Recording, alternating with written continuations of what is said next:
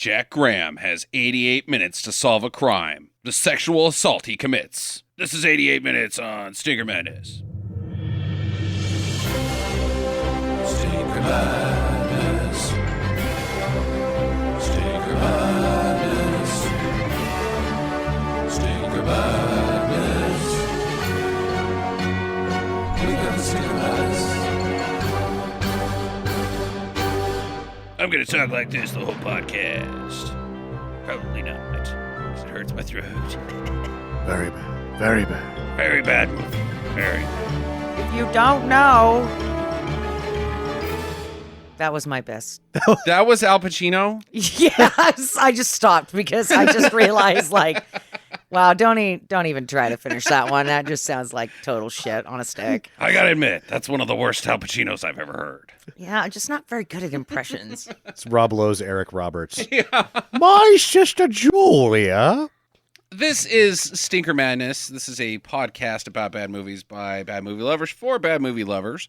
I'm your host, Justin. In studio are Sam and Jackie, as always. Yep. Greetings to the internet. And my phone is talking, so I need to turn that off. Yes, I'm the asshole that has a loud phone in the recording studio.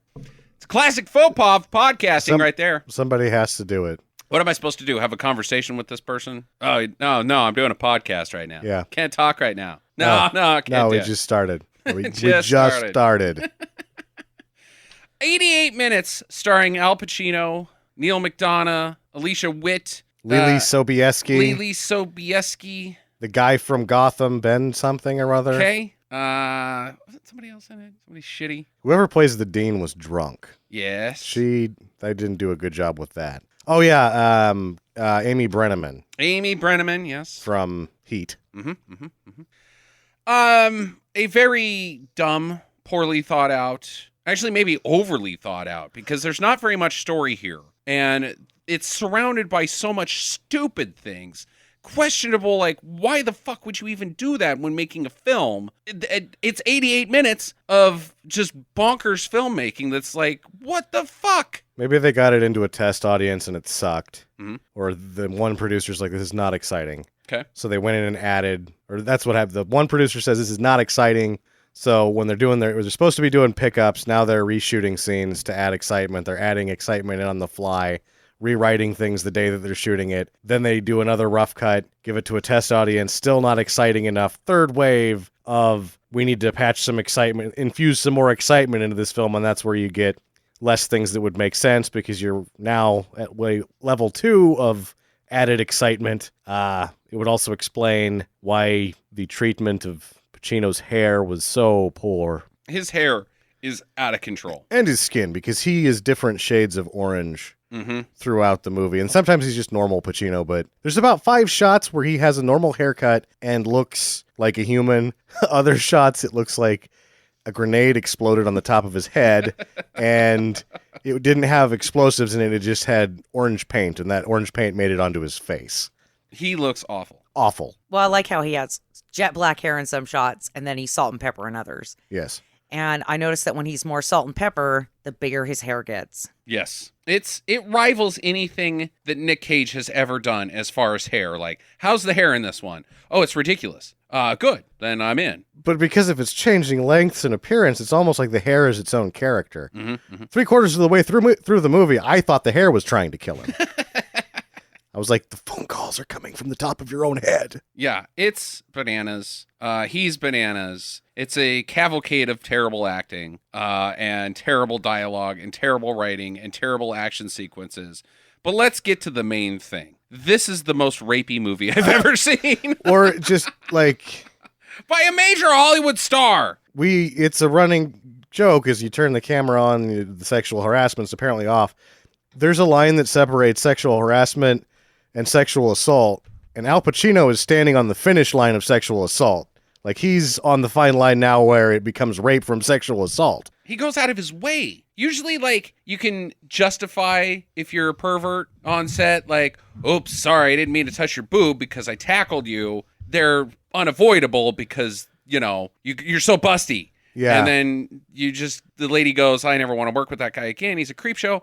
she's not a busty woman. No. And he moves his hands out of where he's grabbed her up to her chest 2 or 3 times. There is one particular sequence where he rests his hand on a bosom for an uncomfortable amount of time in the shot, and then gets off the ground and goes to help her up by grabbing her boob. Yes, he pulls her up by the nipples. And I had mentioned before that, that Alicia Witt was, say, the object of my desire. And to this point, Mr. Pacino, I say this. Hey, you, get your damn hands off her. Yeah. I also got to mention Bill Forsythe's in this. Oh, yeah, Billy. Yeah, paint it silver and put a twist on the end of it. You got a bicycle stand penis. One last thing I want to really mention about this movie before we dive into it. It's a gimmick movie of real time. This is in real time, so therefore it's very exciting. There are so many forward cuts when it's real time. Yeah. He has 88 minutes to live. He ends up living until the resolution of the film. It's like 3.5 hours. Eat my ass, 88 minutes. No, it doesn't work in that. Even though it only has a real-time sequence, which is the majority of the film, Right. It still doesn't play by those rules None. well enough. At all. No, I agree. So I think that because of the fact that it doesn't adhere to the rules of real time well enough, and that there's still a good 45 minutes of movie that are completely not in real time, that are just normal narrative storytelling, forward cutting and all of it, that you can't really classify this as a real-time movie. No, I don't think you can. And I think that this seems like this real-time movie premise is a studio exec's idea. Like, no, this is a real-time movie. Let's market it as a real-time movie. People think it's cool. Yeah. And that means it's exciting. Well, it's not. It's close enough. People are stupid. They're not going to know. They're going to be like, whoa, holy crap, this is like 24 on fucking big screen with Al Pacino. They're going to eat it up. Yeah. Nobody ate it up. Now it's got the excitement that I wanted. They're like, yeah, but now it doesn't make any fucking sense. Send it to the test audience. You know what? Let's not. Let's just skip that part this time. We already did it. They didn't think it was exciting enough. I think this is exciting enough. Good enough. Theaters, let's go. And that's, ironically, how long it was in the theater for, was 88 minutes. 88 minutes. Before they're like, whoa, They nope. actually, before it was actually in the theater itself, not on the screen. Yeah, right. Just in the closet for 88 minutes, and then they had to make room for more Cheetos. Somebody get the reel for 88 minutes. Oh, we're going to show that? No, it's No. going in the dumpster. No, we need to put Cheetos in that same spot. Extra syrup for the soda machines.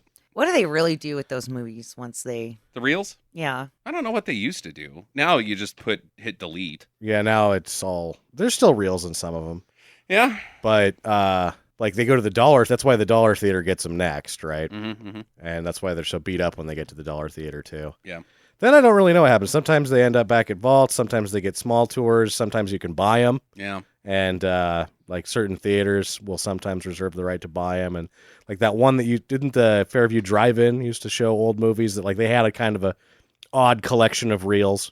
Maybe. I don't know. Yeah. That was a long time ago. But yes. And completely irrelevant to Yes. 99.9% of our listeners. And the fact that they're not on film anymore. It's just a damn stream. Yeah, I have no idea. But anyways, are we good? We want to move into this thing? Yeah. Let's do it. Okay. Starts out with a couple of sisters that Quote unquote twins. quote unquote twins. Oh my God. No, they weren't. And, Well, they were both Asian. so I guess that they look alike.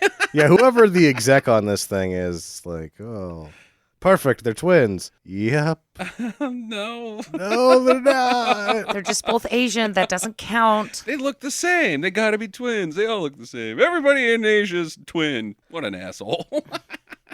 And I also question the decision to have the one that gets killed get killed and the other one survive, because the one that survives has more lines.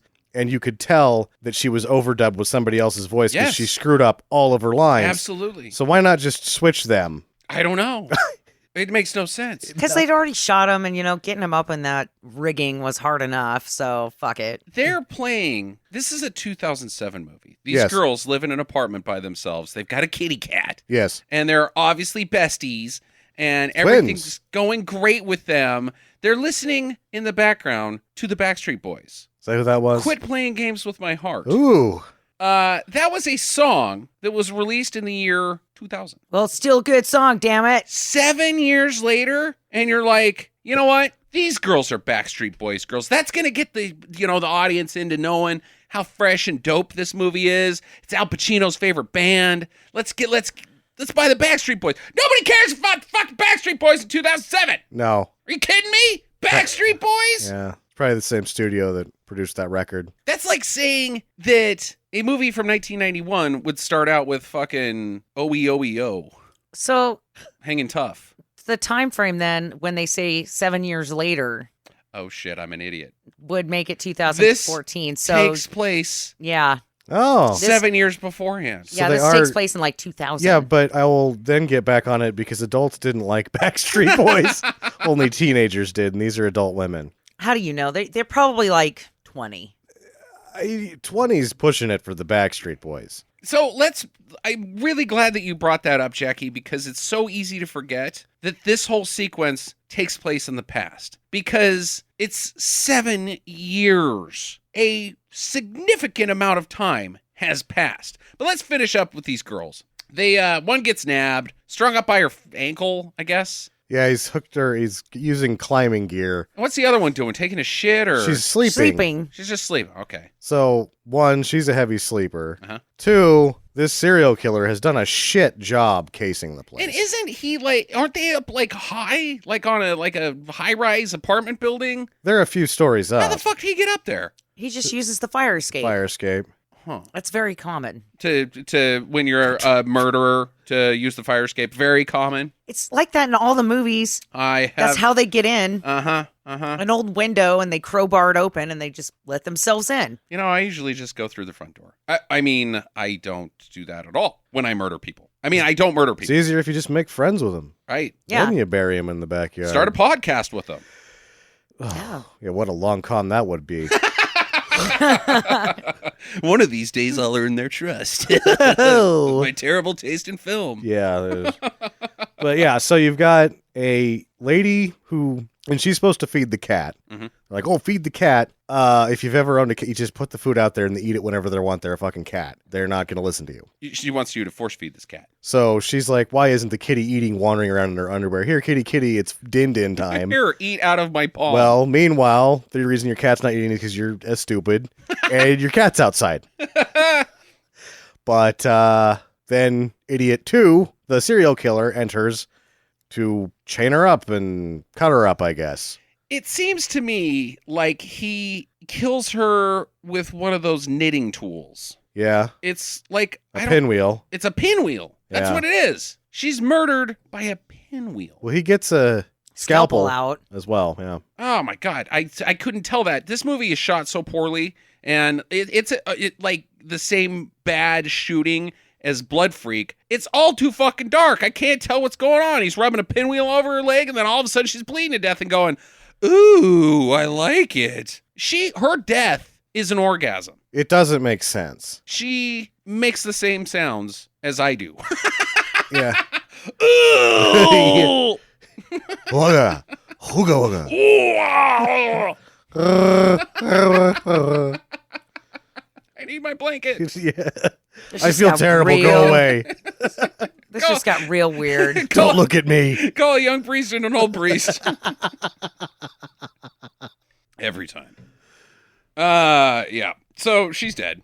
The other one, I guess, is not. She gets nabbed, but she doesn't get killed. Yeah. And this is where I realized that the serial killer can't be a serial killer because he's an idiot. He's a total idiot. Because he's surprised when he sees her. Like, so you just are guessing when you go into these places Uh-huh. that there's nobody else in there? Yeah. Fine. What a dick. He's been stalking this girl for months. Yeah, but it's He's going back and forth stalking two of them, thinking that they're the same woman. Yeah. Because he's a moron. He's Well, he the did- producer of this film and he thinks that all Asians look the same. but he did have two sets of ropes. Mhm. So maybe he did know the other one was in there. Yeah, he brought the equipment. Maybe he's just prepared. He just brings a lot of extra stuff. I just am questioning. Why does he kill this girl? He's obviously a serial killer. Then if he's a serial killer, why doesn't he kill both of the girls? Well, he tries, but she wakes up and starts screaming. So? You know why? Because he took time to feed the fucking cat. Yeah, right. Yeah, he opened the window to feed the cat to shut it up so he could enjoy slicing up the sister. And then when he did that, as soon as he opened up the window, she started screaming. Why doesn't he kill the cat? He likes cats. Heck, well, you know what? There's a sidetrack that you can get onto for a long way. The cat goes between the fridge and the wall, and you're banging at it with the broom. And I mean, really getting a hold of the cat, pretty tough stuff. Yeah, all right, fine. I don't know. I question why he doesn't kill the other one. You just cut her throat Well, while she's screaming. She's already screamed. You're in and out of there. It's not going to take any time. You're a serial killer. You're kind of a moron. No, he should have killed both of them. Yeah, but either way, he is then captured. Mhm. This is important because of her scream and her being there and seeing him. Correct. He goes to trial Yes. where Al Pacino, a criminal psychologist, has been called in, and they say, He's not a criminal psychologist. He's a forensics. Psychiatrist for the FBI. he's a schmo that has no business being involved in anything, but they call him in to get he's an expert witness. Yes. Is this guy the guy? Yes, he's the guy. I think this is actually another point that needs to be examined heavily because they don't use him to identify the killer. They say, will he do it again in your opinion? Very much, very much. Yes, he will do it again. Absolutely. So at this point now, Neil McDonough, the nameless actually he has a name, isn't Who it? gives a shit? Whatever his name is. He then is like, you did this to me. No, sir, you did this to yourself. You got caught. Did you even bother with the defense attorney? Well, I'm sorry. I could have had a defense attorney. Could we start over? Nope, you're going to prison forever. Yeah. Seriously, this guy goes to jail based purely off Al Pacino saying, Not yes. in the movie. In the movie, it's an eyewitness. He is captured by the police. They never bring her out. They never ask her any questions. Yes, but Nothing happens with her. and this is not for conviction, but in terms of sentencing. Mhm. This is for the sentencing that they ask him, in Al Pacino's opinion, will he do it again? And he says yes. Not, did he do it? I thought that this was during his trial. No, This is just sentencing. Yes. That makes it even fucking stupider. Yes, because at no point does Neil McDonough have any bad feelings about the person who actually convicted him, the eyewitness. And I like the bad guy. Neil McDonough, Yeah. Yeah, I He's like all him. right. not Norm MacDonald. Yeah, different guy. No, I love Neil McDonough. Yeah, He's, he's every time I see him in a movie, I'm always impressed with him, no He's, matter what character he's playing. Fine character actor. We can never have enough Neil McDonough. I've got a note here. Sure. It says 9 years later. Whether that is accurate or not, that is the note that I have written down. I think you might be right. Okay. Okay, wait then. Mhm. Because if it's 9 years later, This is 2007. That would mean that it was 1998 and Quit Playing Games with My Heart didn't come out until 2000. see, I thought it was 7 years later. I got 9. I don't know. Either way, it's been a long time, and nothing really has changed in this universe. Al Pacino is still doing this job that he is doing. He's a professor at some school. I don't know.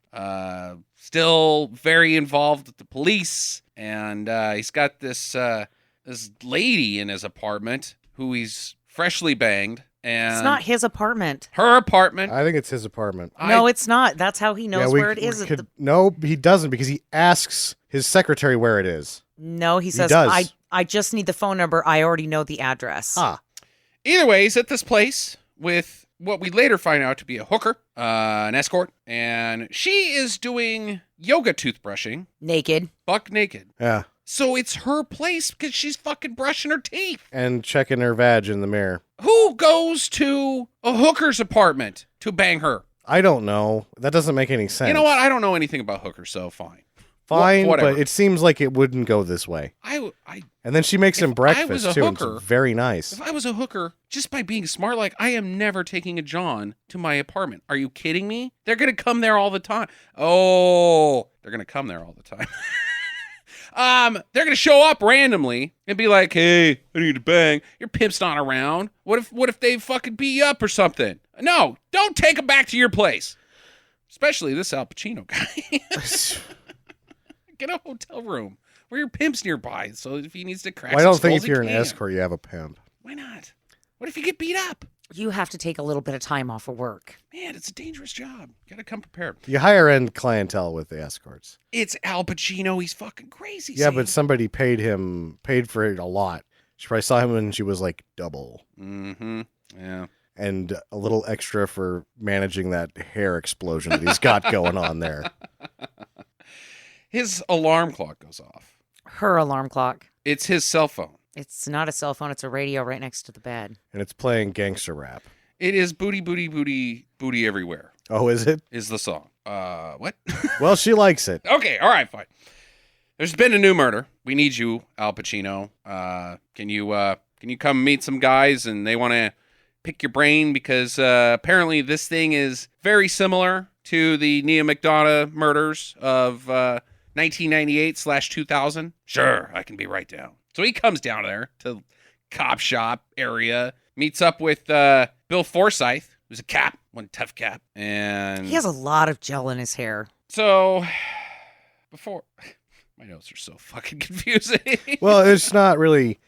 What had happened is the lady shows up. He's going to get executed that day. And the victim, The lady. the escape victim lady, gives him cookies. Oh, right. And they go in there to meet with this, What is she doing there? giving him cookies. That's it? Yeah, in celebration of death. It's Death Day. Let's get cookies. Here's some cookies. So he takes the cookies. He goes in. He's got this new guy who's higher up the chain for the FBI. And they're like, we got to make sure everything's okay. He's asking for a stay of execution because of this new murder that's 7 or 9 years later. Obviously, he didn't do it now. Right. So maybe you should say something, Al Pacino. And then the scene very quickly turns to, you are the one who falsely convicted this man. You are the only person. You're Judge Dredd of this universe. Yes.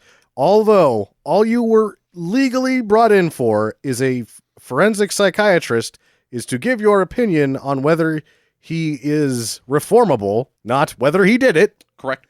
Now it is all your fault, and we might have to arrest you and shoot you into space. Yep. Just like the Hulk. You're So- a problem, Al Pacino. I can see it in your crazy eyes. Yeah. You're going to start accosting women in the next 88 minutes. We need to lock you away. And nobody gets any cookies. No one gets the cookies. Well, I'll take a cookie. Well, they don't eat the cookies in this scene. They looked a little dry. I'll take these cookies. They were oatmeal. Yeah. Ugh. Gross. Typical Asian lady. What? No. Like, what? I've never even heard of that. They would have brought fortune cookies. Oatmeal cookies. Never give somebody oatmeal cookies. No. Are you kidding me? Gross. All right, so But basically, my problem with this is where I'm like, wow, the onset of the actual plot of this film is impossible. Mhm. Wonderful. Where can we go next? one of his students is dead. Yes. The murdered victim was one of his young ones that he went out partying with Yeah. the night before. Now, this guy, there's something about professors that I don't know about. He is surrounded by women. He goes out to the bar. He's got 4 dates. The fuck? It's not that uncommon for university professors to drink with their graduate students. So 4 hot ladies? now That's suspicious. he's also a little too busy because he's a FBI employee who teaches at University of Washington and also maintains a private practice. Right. Oh. And he's sleeping with 4 students and the dean and some hookers. And probably his secretary, even though she's gay. Right. And he has the same vault in his psychiatrist office that they used to keep the hand of the Terminator in. That is correct. Yeah. It's a very good comparison. What could possibly be in there that would require Duncan Jacks to get it out of? Hoffa's remains? The remaining minutes of the Zapruder film? What the fuck is in there? It's probably just thousands and thousands of stolen panties. The recipe for cold fusion? Jimmy Hoffa's wiener. Call Keanu Reeves. See if he can get in there. He's actually in there. They've got Keanu Keanu Reeves in there, Oh my yeah. God. That's how important it is. He's surviving on the stolen panties. Most of them were edible. Smells very bad in there. Very bad. Very bad in there. So he's like already bonkers. He's got something going on in his brain that has been running around for 50 years, let's say. Something like that. He's having flashbacks of his sister Saying, Dad, look running- at my kite. running and playing. Yeah. And we're later exposed that she also was chopped up, Brutally murdered. brutally murdered In his apartment. in his apartment In his apartment. 50 years ago. Or something.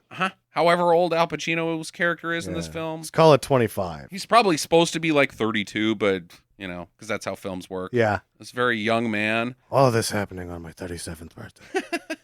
Yeah. 30? Yeah, what? No. Your whole head is... Look, I know that, like, you probably don't move on from something like that, 50 years later, but you're an FBI criminal expert. This is not the first rodeo you've been on where somebody gets killed and you must do something, and so you're driving along, and you're going to tell me that every time this happens, you start tripping out on your sister that died 50 years ago? You have no business being a criminal expert. You've got fucking baggage. Yeah. Well, there's also the point where the movie just seems like the only event that's ever happened. He's only had 2 events ever happen in his life. His sister dying and this Asian lady. This capture of Neil McDonald's serial killer character. Those are the only 2 things that have ever happened in this entire fucking story world. The whole time he's being paid by the federal government. Yeah. Good work if you can get it. Yeah. The one thing you did, though, it was a good job. Apparently, you're the real murderer. You're bad. We're the FBI. We do the talking.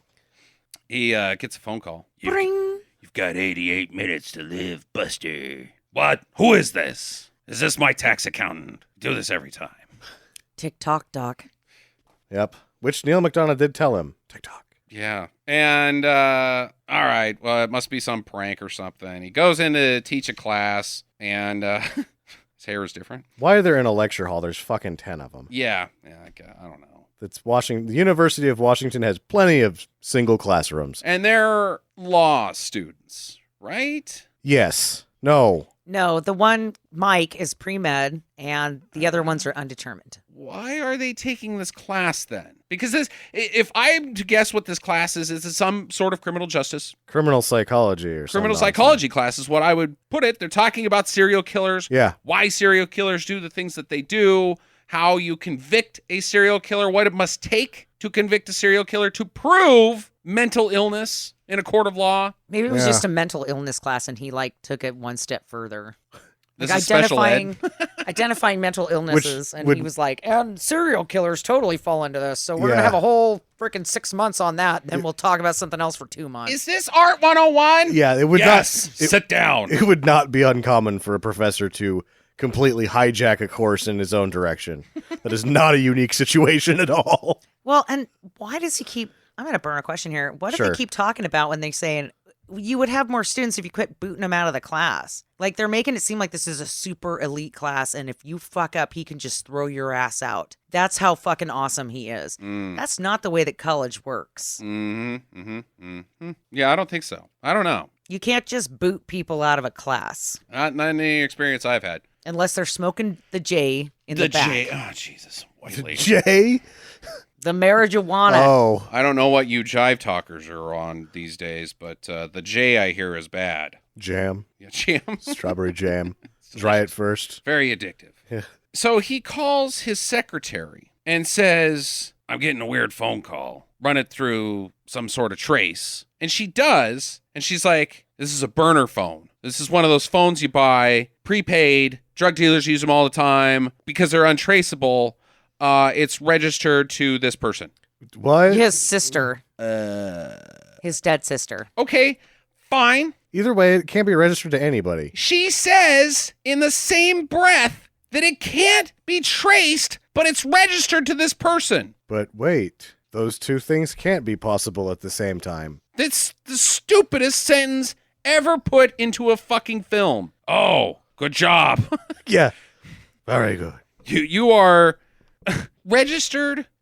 Register. I'd like to register my burn phone. Yes, just in case I ever need to be in the yellow pages for put me under drug dealers. So let's say you could do this, right? You could go to Walmart. You could buy a single-use phone and bring it to the counter like, hey, I would like to register this to, such and such person. And the person behind the counter would say, okay. And they would register it to like Dick McPancy. Right, sure. Like, Phil Axel- McCracken, W. Axel Rose Uh-huh. actually owns Jack that phone. Mayhoff. We have bad news, Jack. The cell phone is registered to Phil McCracken. Or you say, I need to register this to Jill Scotsguard. They just look straight at you, don't move, and say, done. It's registered. Okay. You don't register. Done. Yep. We've got more bad news, Jack. There's a second phone. It's been registered to Hans, full of warm jizz.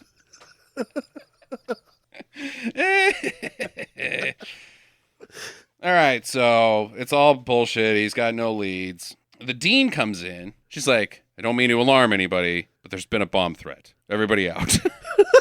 Yeah, she Drunk. She's drunk as hell. does not care. She's like, Fred. fuck, get out. What are you doing here, dean of the university? What? I kind She of might want. just be the department head or the department dean. Fine. So she's going to go to every fucking room and be like, hey, I don't know if you can hear the alarm. I don't want to alarm anybody, but there is a bomb threat. Death is imminent. I just want to talk about the casting choice of the dean. Okay. So they cast a hot lady, Sort of. Well, and then realize, well, this doesn't. We need to librarian this lady up. they're telling us she's hot by making her a librarian. And her librarian is like offensive librarian. Yes. Like this is no librarian has ever looked like this person looks right now. Nope. I'm Outside offended. of Penthouse. Yes, outside of Penthouse. They only look like this in Penthouse Well, why are her glasses so damn low? because she can't see through them, so she's looking over the top of them. If she had to wear glasses and they were on her nose this low, she would be walking into doors constantly. Yes, Just glass doors everywhere. Boof, but boof, boof, yelling at the glass door to stop it. the reason why she's wearing them so low is because they had to walk around 3 corners and she couldn't see out of them. Uh-huh. So, Bad. bad. Hottie Dean. Hold still. I need to check your blouse for boobs. Yep. Gotta keep checking.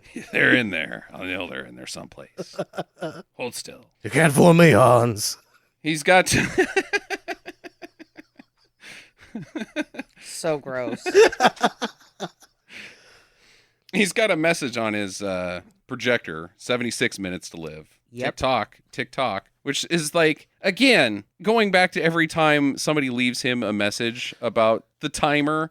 Is it the time when they wrote it that it's starting now at 76 minutes, or when he finds it? Because if he finds it, they're just really good at guessing. Could be like 10 minutes later. Yeah, it wouldn't work. You can't do that. It's got to be live TikTok. Yep. Stupids. All right. They should just put the about sign, the wiggly lines. Circa 76 minutes to live. He's walking around and he keeps seeing this guy dressed in leather. He's like a motorcycle guy. Just want to throw that out there because this guy comes back around. I was thinking he was going to be a guy from the future that was going to come save him. To stop John Connor from being born, that kind of leather guy from the future. Yeah, Okay. It's an odd stretch. but then he wasn't. So I was like, oh, well. He's Al Pacino, 25-year-old Al Pacino sent into the future to tell him, hey, you've only got 73 minutes to live now. Well, starting from when you told me or now? When is this? Oh. 74 minutes. 75. Wait, I'm going the wrong way. Shit. You should hurry. Just whatever. His car's been vandalized. He finds a tape in the glove box planted there. On the back, I think it says 73 minutes to live. So, It says 72 minutes on his bumper. okay, 72 minutes to live, which implies that 4 minutes have taken place between the time that either he finds the message on the projector or the bad guy has written the message on the projector. Then the bad guy has gone through the car garage, vandalized his car, and wrote the little message, put the tape in the machine in the glove box. 4 minutes. Yep. Seems cutting it close, Yeah, it does. especially during a bomb threat. Everybody's wandering around. There's foot traffic everywhere. There's going to be people leaving that garage. Traffic everywhere. 72 minutes. Nobody saw this. Vandalizing the car in broad daylight is going to be tough. Going to be real tough, especially during a bomb threat. And there's security cameras all over that goddamn. Completely. So what do you think garage. was on that videotape? Butts. Pictures of butts. It's just a recording of a Jerry Lewis telethon. The 86 NBA Finals. Never got watched, Lakers though. versus Celtics. They never got watched. Somebody told him what happened before. God damn it. Let's put this in the glove box now. Forever. If Kareem's not live, then Yeah. not worth watching. He runs into Alicia Witt, who's one of his students, we should mention. She was in the classroom as well. Has he already dropped his first phone? Yes. Okay, so he breaks his phone because this is important. Oh, right. Yeah. He has to get her phone, borrow Yes. her phone, Yes. call me Well, first he if accuses you hear her of anything. of being the killer indirectly. So she's like, God damn it, Jack. I know you for 2 years. Okay, give me your phone.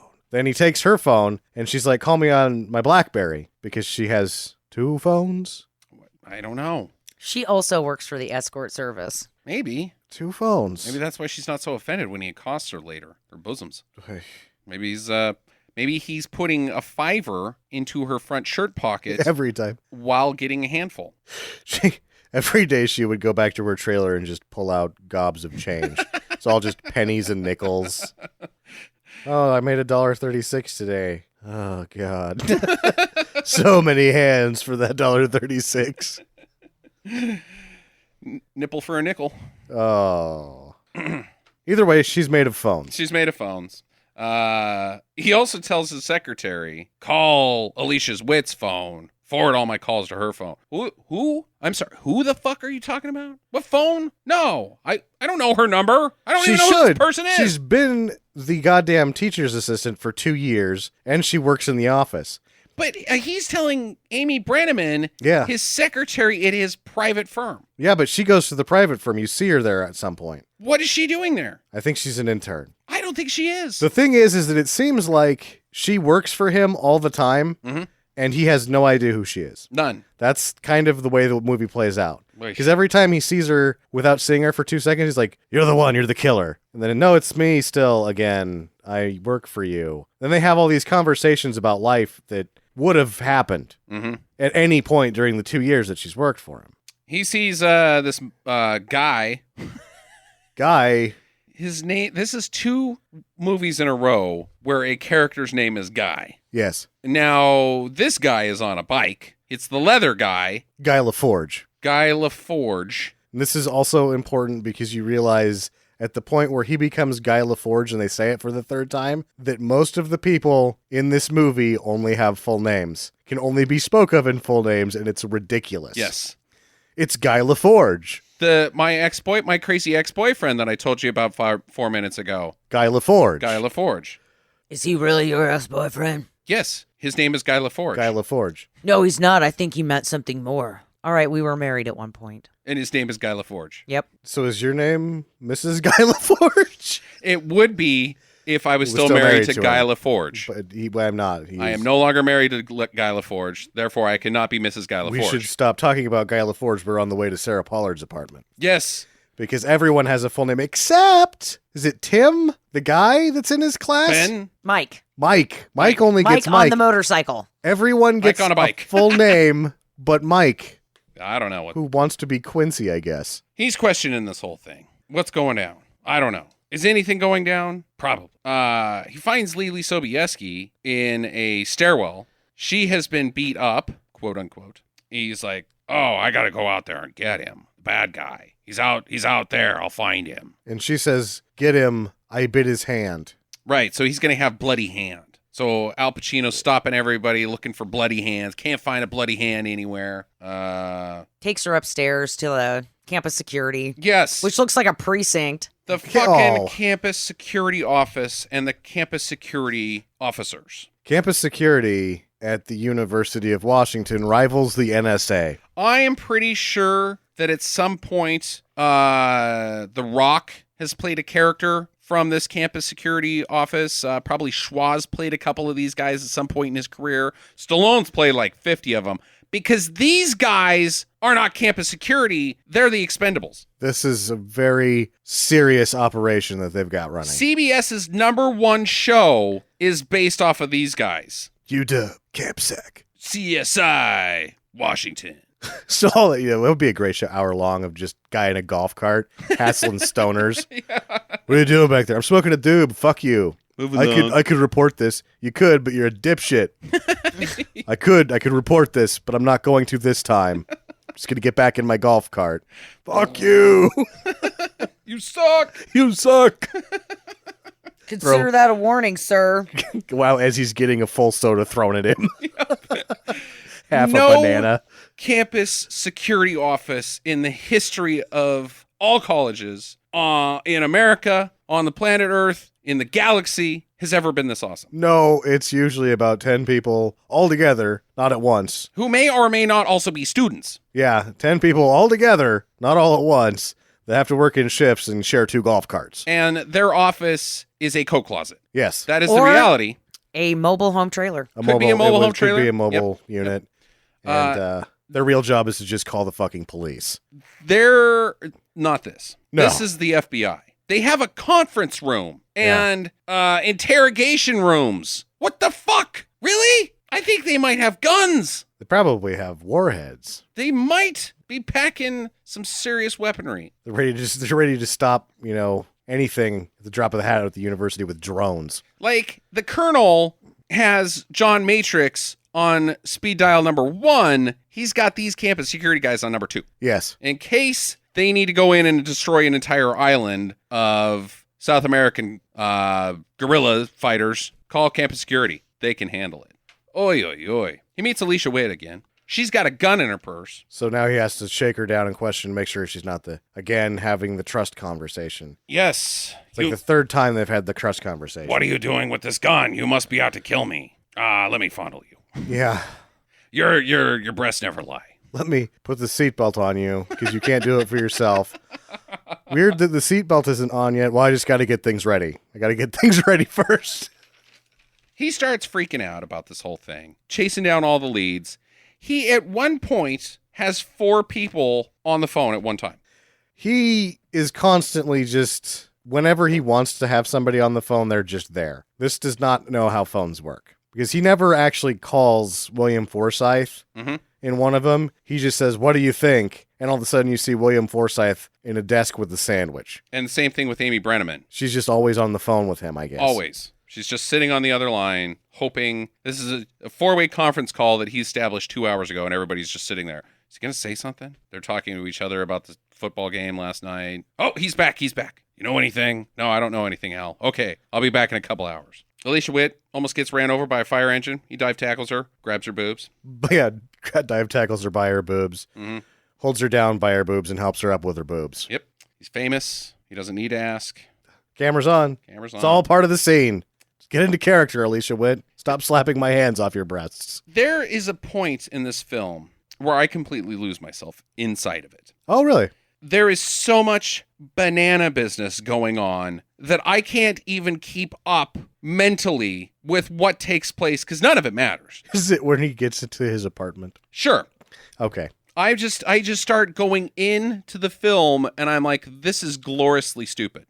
Everything that is taking place has nothing to do with the plot, and I'm loving it. Yeah, I think it starts, and it's right after the third trust conversation. They go to his apartment, and we get not Ethan Hawke. Not Ethan Hawke. And not Ethan Hawke gives him a package that doesn't make any sense, doesn't make sense later. They go upstairs. She pulls a computer out of thin air and starts emailing Mike about Guy LaForge. And she's also putting out the vibe. Yes. She's taking her clothes off and, like, doing the butt thing, like, here, look at my butt. And Al.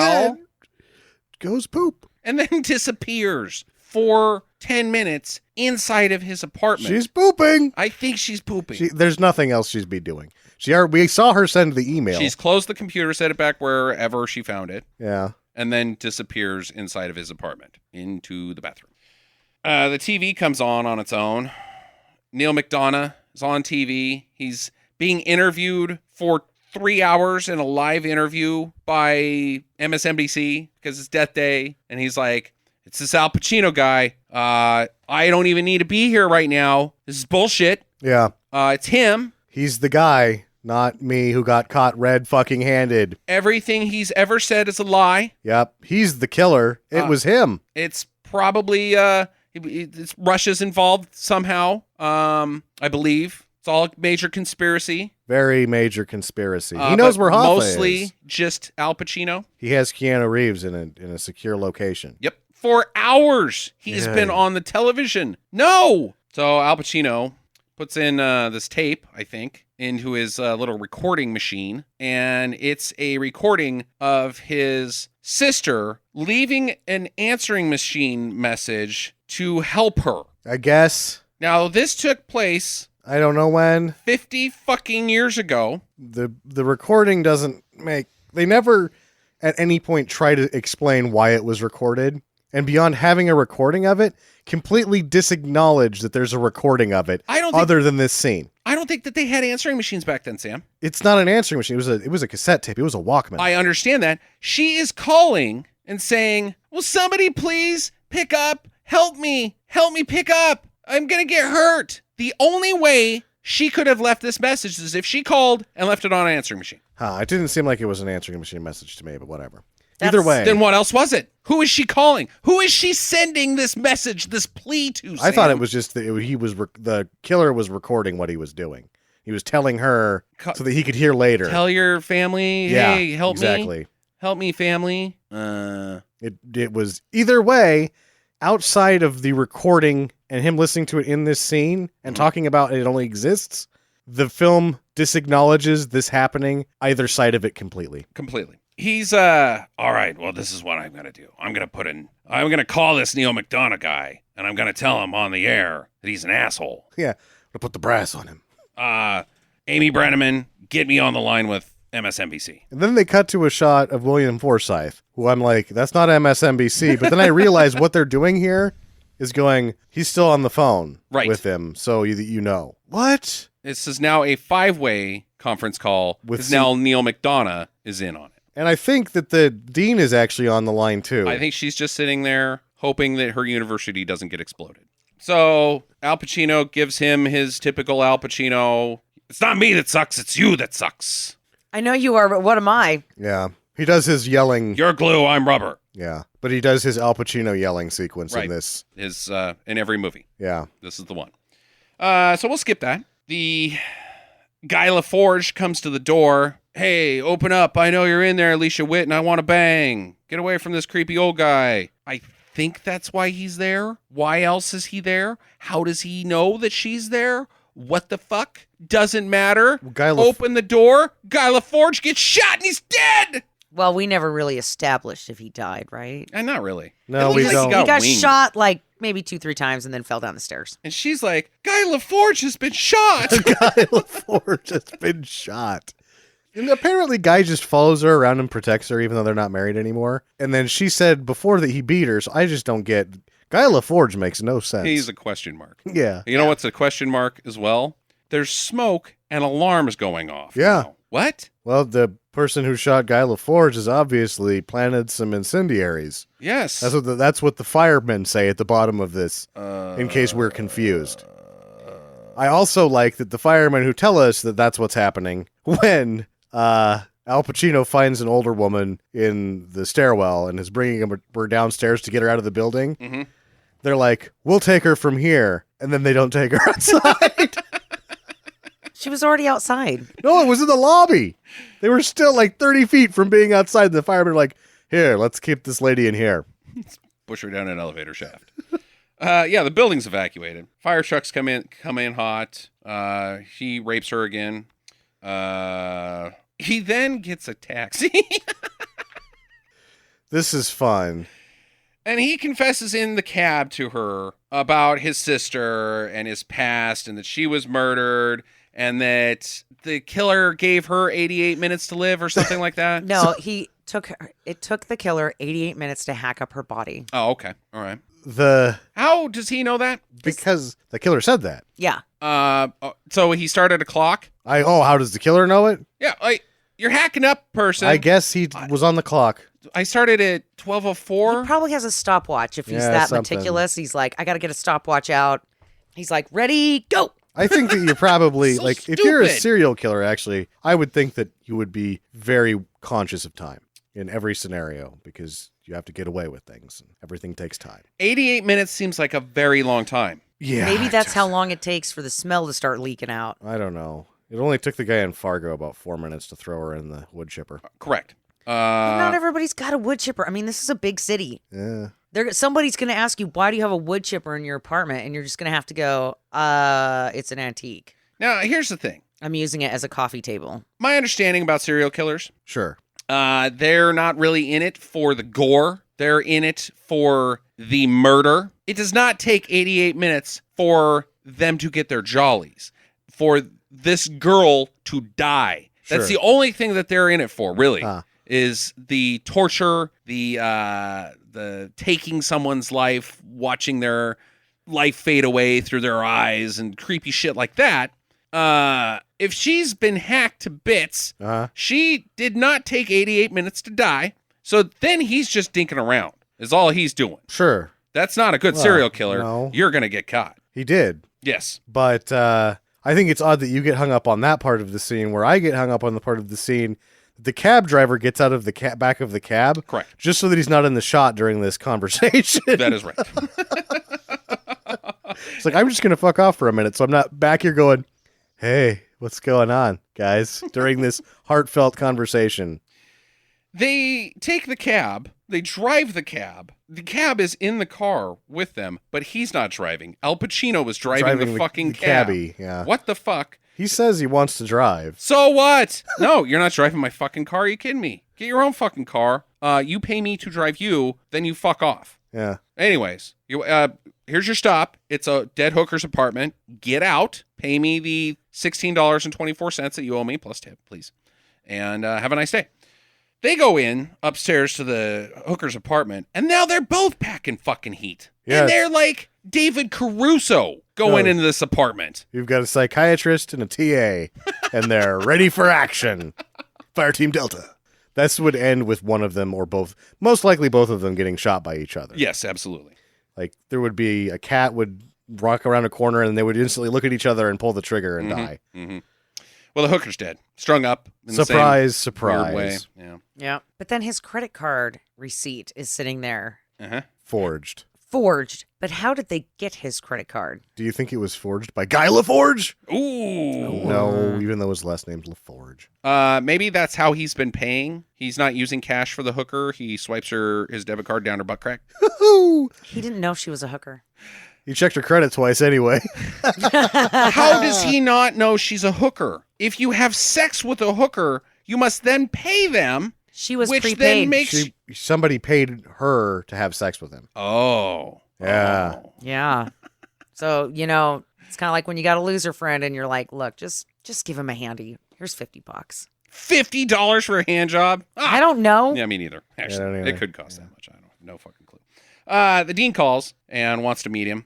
Because she's the killer. Right. But he's also on the right when she gets down, like, come to my office, and she's drunk again. Come to my office right now. I'm the killer. Look, I am. Just trust me. Fuck you. I'm the killer. And then he's instantaneously on the phone with Amy Brenneman and William Forsythe again. And Amy Brenneman comes to this dead hooker's apartment. Yeah. What are you doing here? This is not how we're going to keep me from being framed. All of my friends showing up at this dead hooker's apartment. Yeah. This is a bad plan.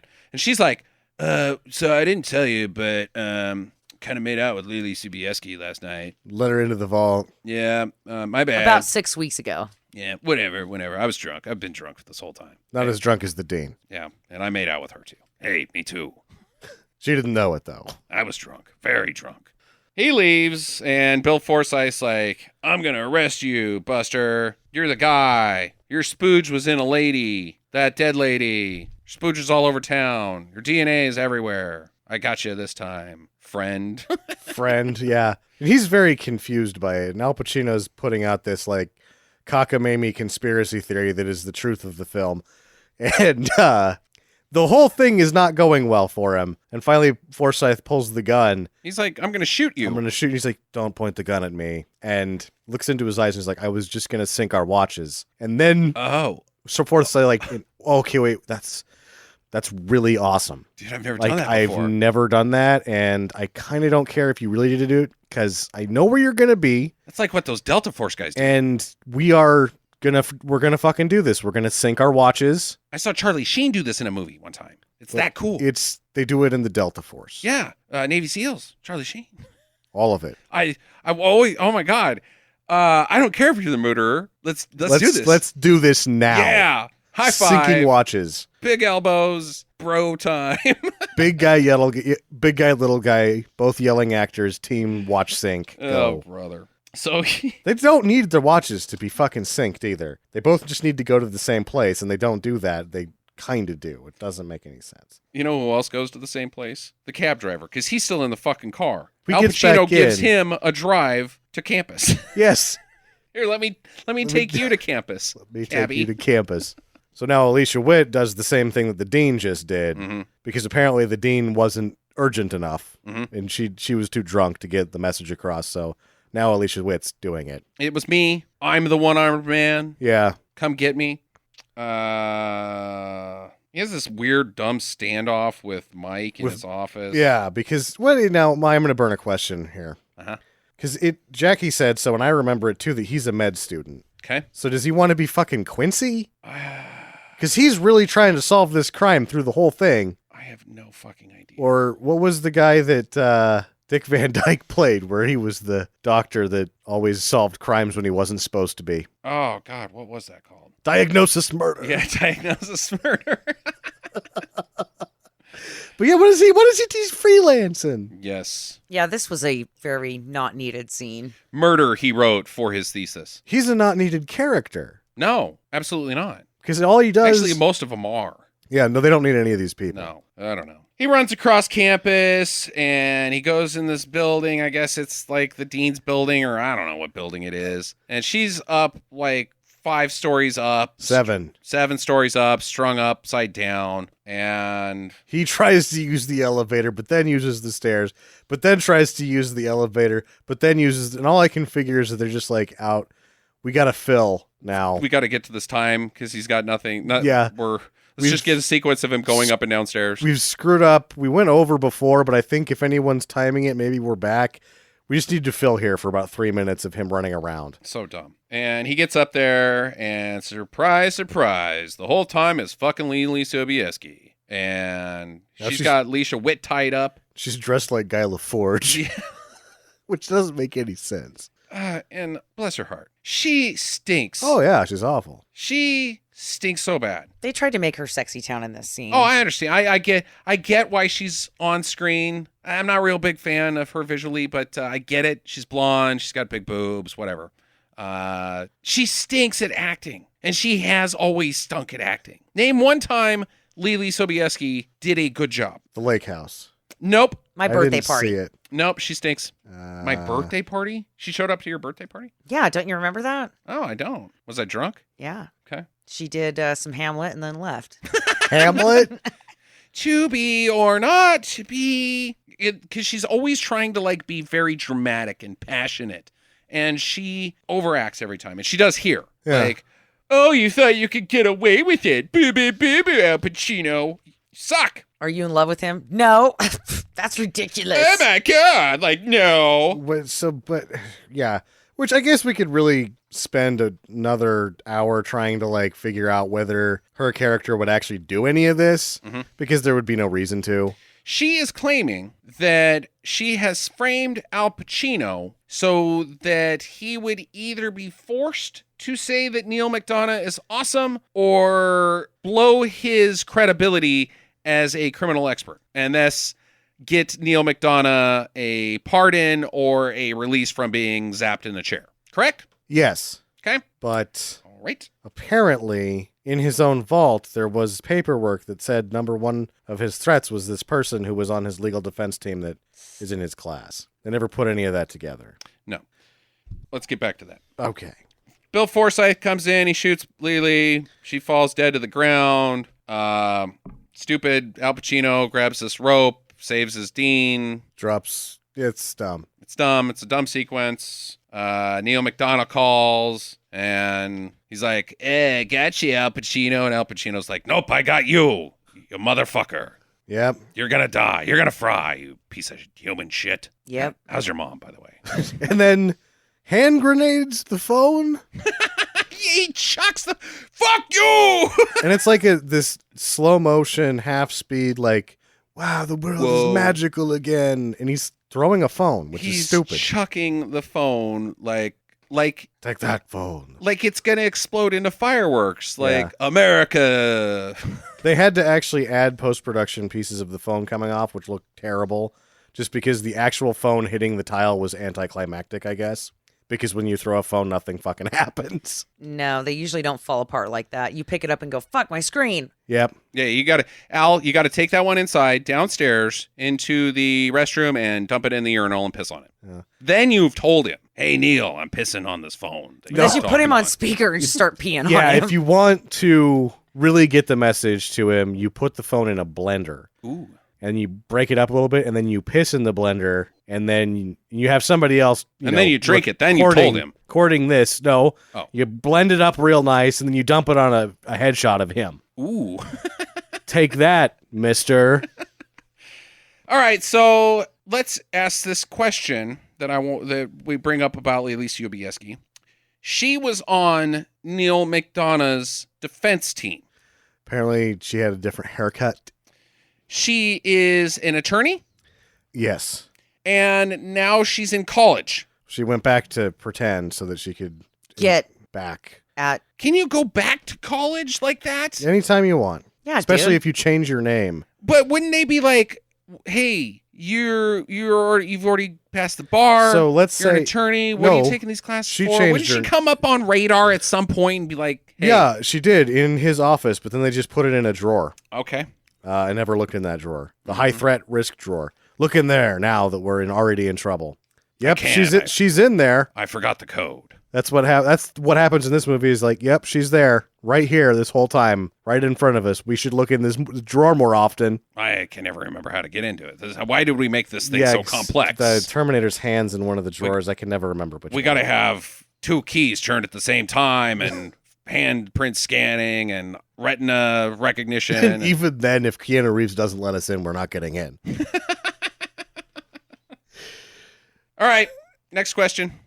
So who do you think he pity fucked at the end? The dean or Alicia Witt? He is so creepy. He might have had sex with Leelee Sobieski. Yeah, I'm going with that. No. Oh, you're taking her away in a ambulance. Can I ride in the back of that? Is anybody back there at the same time with me? Yeah. Mike, you're coming with me. You're trying to be Quincy. We can make this work. You hold the camera. Gross. That's why he likes it better when they fall hard like that tenderizer. Yep. Here, let me see if I can give you CPR. I'll just keep pushing on your Resuscitating breasts. your breasts. So, why does William Forsythe just shoot her? He should say, freeze, FBI. He just plugs her to death off of a building. Well, she's a crazy bitch. He doesn't know that. All he knows is he's got a synced watch. He's just showed up. So he's just all dialed up from the synced watch. He's all, shit, yeah, that bitch has got a rope.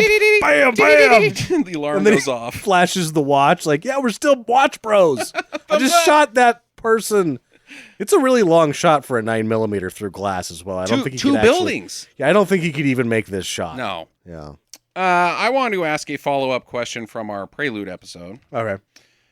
Jackie, is Al Pacino handsome? No. That is a big, fat, hairy no. Negatory. He looked so awful for this movie. That's how he looks in every film, Jackie. No, he looked good in that devil movie. He does look okay in that. In The Devil's Advocate? Yeah. If you put them next to each other, in the first scene where he's with Agent Goober, and he's just standing there next to the door, and Bill Forsythe is pretty well put together for him, a strange-looking man in his own right. Mm-hmm. Then you've got Agent Goober, and then in the middle of him you have an orange pineapple wearing a suit Correct. going, what's going on here? And he's also got the evil goatee from the alternate Star Trek universe. Yeah, and just beyond that looks like he's hungover and doesn't want to be there. Very tired. Somebody Very tired. blow-dried, round-brushed his hair to death. Or They put curlers in that shit. or just rubbed a balloon on it. Either way. Yeah, no. I just couldn't be the if you're the cinematographer, you look at the director when he's standing there and his hair's 6 inches tall and stringy and he's orange faced and you go, you don't want to take another 10 minutes with hair and makeup, director? Are you sure? We got to shoot this in 88 minutes. That's the name of the film. No, you don't have to shoot it in 88 minutes. Yes, we do. Otherwise, it doesn't count. 'Cause I'm looking at what's happening in front of this camera through the viewfinder and I don't like it. Who's the worst actor in this movie? That's a good question. I'm going to go with Mike. Really? Okay. Ben McKenzie? Yeah. Because he just wanted to be cool. And you could tell that he wanted a bigger role in the movie than he had. And so he was really trying hard at his lines to be like, okay, see, look, I'm good at this. We should put me in another scene. And then they did. And they were like, well, we do need to fill some time so you can come back to his office and pretend like you're Quincy. I would think, obviously Al Pacino's in the mix. Oh, yes. I would think Leelee Sobieski's in the mix. The Dean is in the mix. The Dean's in the mix. I would even put Bill Forsythe in the mix. Bill Forsythe is in the mix. All those guys are in the mix for me, but there is there is a dark horse that just shows up and steals bad acting for like a 5-film radius around this one. And it's the not Ethan Hawke guy that plays the doorman. Yes, the not Ethan Hawke. Yeah. Not Ethan Hawke. Almost Ethan Hawke Terrible. is awful. I will double stamp that. He was atrocious. Yep, I'll change my mind. Not Ethan Hawke guy. He was just like, what? Get somebody else. Really? Seriously, bring somebody else in here right now. It's like the fucking janitor that was on set, and they were like, dude, we need somebody you. Maybe we'll put him in, and maybe people think it's Ethan Hawke, and like we'll get some Ethan Hawke fans to come in and watch this movie. And I swear that at least one time on a wider take, he just sort of steps into the shot to get more screen time. He's burgling screen time. I know this is always a hard question to answer because you got to dig into the vault with oh many movies we've seen. But is Al Pacino the most molesty in any film that we've reviewed? I've never seen somebody go back for a third wave in one shot. We're talking about James. We're comparing him to James Hong. So James Hong is really handsy in The Vineyard, but in some of the sequences, he's written sex into the scene, so they at least saw it coming. He's the director. It was a sex scene. So these are not sex scenes. He's just getting some handfuls. I've never seen anything like it before. Trying to get away with it. I have never seen it at this level in any film. Very molesty. All right, now the big one. Is this the best of the three? Dreamcatcher, Wicker Man, and 88 Minutes of confusing, stupid movies. No. Define best. I don't know. Most enjoyable. Whatever you want to take best from. I think it's the worst because it's not confusing enough. Mm-hmm. The actual thing that you're trying to figure out isn't very hard to figure out. When you do, it doesn't matter because it's dumb. And the peripheral characters, though nonsensical, aren't zany. Mm-hmm. Okay. Jackie, thoughts? As far as the entertainment value of those three, I like Wicker Man the best. Mm-hmm. I don't know. I think I'd put this one second. Really? Over Dreamcatcher? Over Dreamcatcher, Okay. huh? I would put this last. I put this I think it's a fine time. I think it's very fun and very riffable. It is not. I can't even put it in the same conversation as those other two. No. This is a shitty, very little story packaged with a bunch of bullshit around it, whereas the other two have these very complex stories that make zero sense. But everything that happens revolves around those plots. This hole in the middle of it. Right. It's just black holes of like, well, I think this is what we're trying to do. I don't know. This one is just filler. It's so much fucking filler. So I think people get suckered into this and they need to probably go watch the other two first. But final recommendations for me, I still give this a do. Al Pacino stinks. It makes me just want to go back and watch Al Pacino movies and laugh at him. Leelee's terrible. The plot's terrible. All the stupid things are just a lot of fun. And again, highly riffable. Yes. I was entertained, so I'm going to give it a do. I think it's a do. I loved it. I had so much fun making fun of this movie. His hair is so bad. It's the worst. It's a film travesty. It is so bad. For 3 hours after the movie was over, I was laughing to myself at how he could fucking walk out looking like that. Yes. Maybe it's the cocaine. I don't know. He seemed too tired to be on coke. Oh, yeah. It's like they didn't give him a mirror or something and he just trusted him. I don't know. Sam, it's your pick next. I don't remember what I picked. Oh my God. I know I picked something. Mm-hmm. Well, we'll figure it out. Yeah.